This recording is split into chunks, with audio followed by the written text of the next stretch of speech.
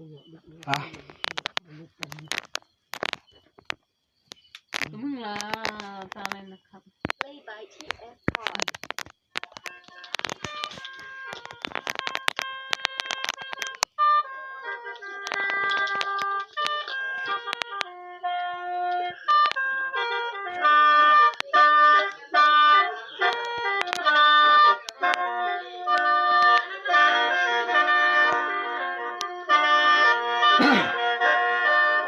ลำมวยจะก่อนน้อย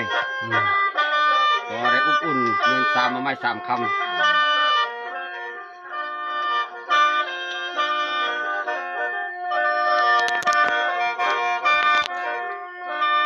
ว้า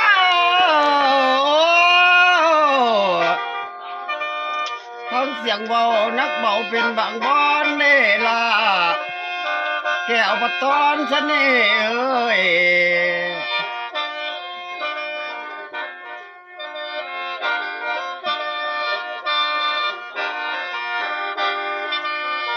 เรามาจะจอกก่อน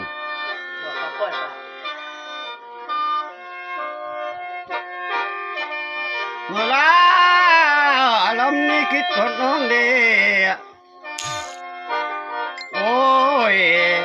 ได้ดอนในใส่แต่หมอนแก้วปะตอนเสน่ห์เอ้ย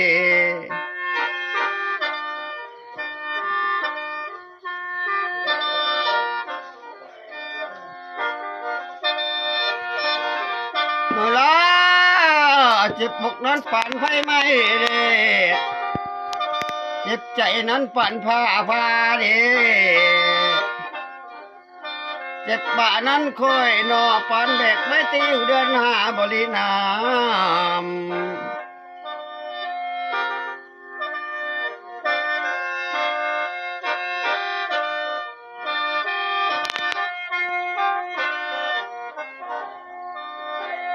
ลำองอุ่น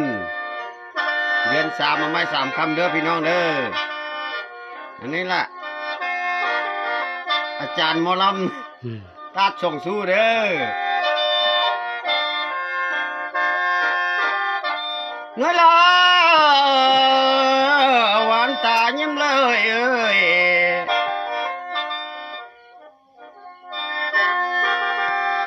โอ้ยคันไม่นักคือไม่ปองไหวได้อยู่เนาะแขนน้อยนะสู้เอ้ย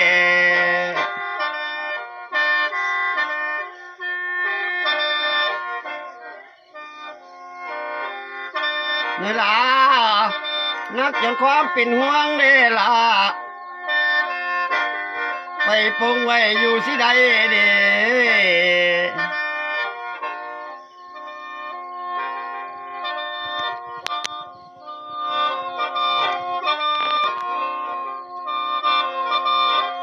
เนล่ะไอ้นี่เหลียวเบิ่งนางเด้ล่ะหุบของตาหวานเด้หวานตายิ้มเลยเอ้ย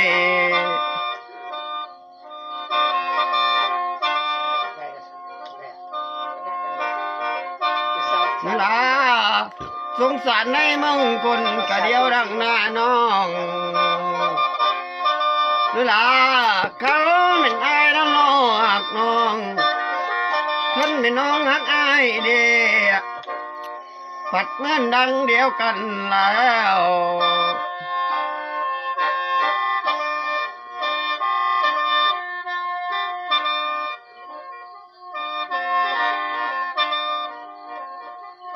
ผู้น้องขันเห็นทรายหักยิ่งนี่หักยิ่งนี้ผู้ฝ่าก็ยังน้อยล่ะจักรวาลก็ยังน้อยเด้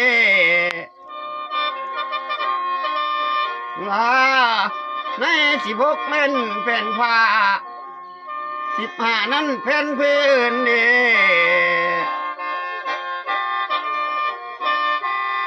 เพื่อนเพื่อนก็ยังหน่อยย่อเบาได้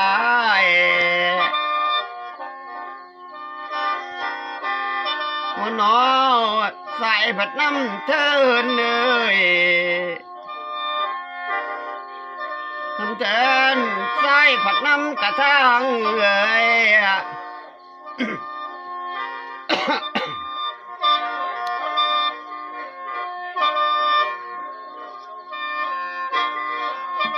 เวลาน้ำกระทางเงานี่แล้วกับน้ำเธอเน่านี่แล้วมันเป็นเสียวใจแล้วน้ำกันแต่เบิ่งก้อนเดล่ะ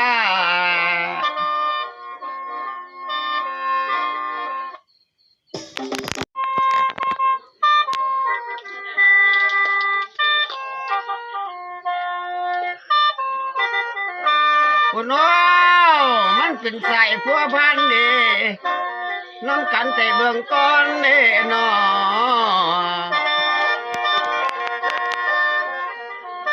โอ้โนมันเป็นบนบ่แล้วเป็นแปลวอยู่วางใจนะคนแค่ไทยเฮาเอ้ย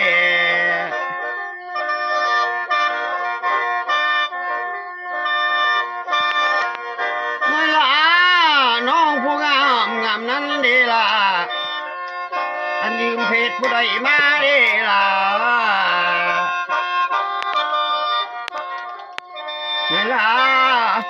ผู้งามงามนั้นล่ะยืมข้าผู้ใดย่างดีล่ะ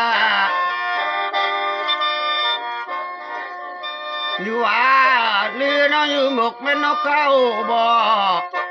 ยืมเงาดอกเองบ่นอยังน้องอยู่เรื่องมาละหมอ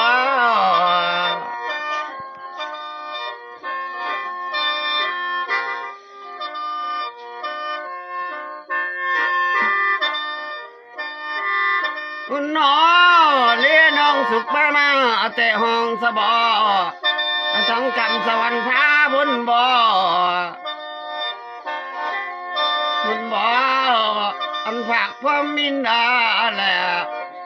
มินดามันด่าน้องนี่ล่ะอันน้ำไหลบอกไอ้เน่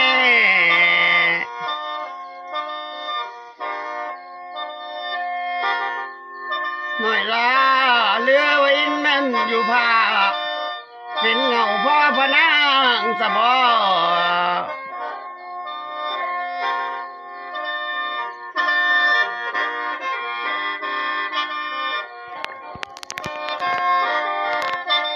บรรยากาศเด้อสร้างบรรยากาศ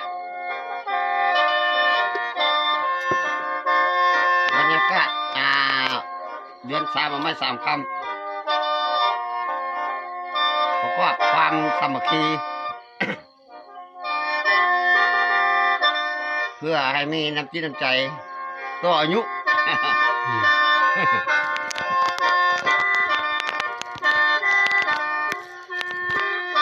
คุณน้องให้น้องคิดเดินเบิ่งทอนแต่เมื่อเข้าห้องเว้าแล้วเว้า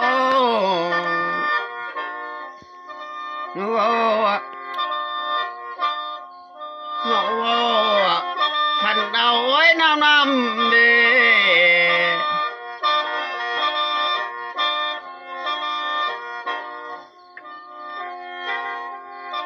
เวลาให้น้องคิดเบื้องต้นดีแต่มือเข้าเว้าขันเอาทับใครดีล่ะเวลาขันตายนั้นโน้มไปดีล่ะบัดเบื่อไม่ลูกกลัวหรือลูกกุมอันนุ่มมาเตะผู้เดียวซะแล้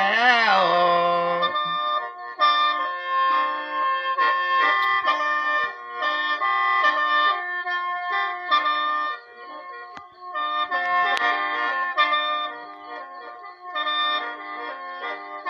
เวลา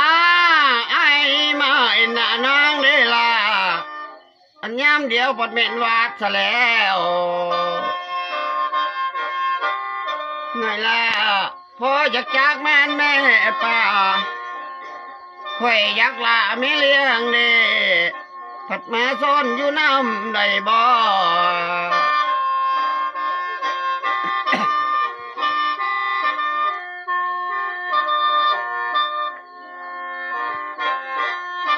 เวลาขันในน้ำนี่แล้วไอ้นี่มาเห็นหน้าน้องเลยล่ะ อันยามเดียวอยากถามข่าวเด้ลาอ้ายอยากถามเป็นข่าวน้องเด้ล่ะอันน้อยนะตาน้องสิ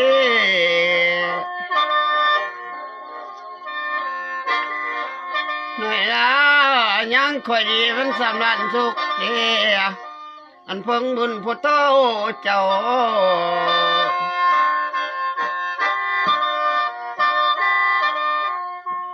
ละมินดามันดาเงาสององค์พ่อแม่สะบอ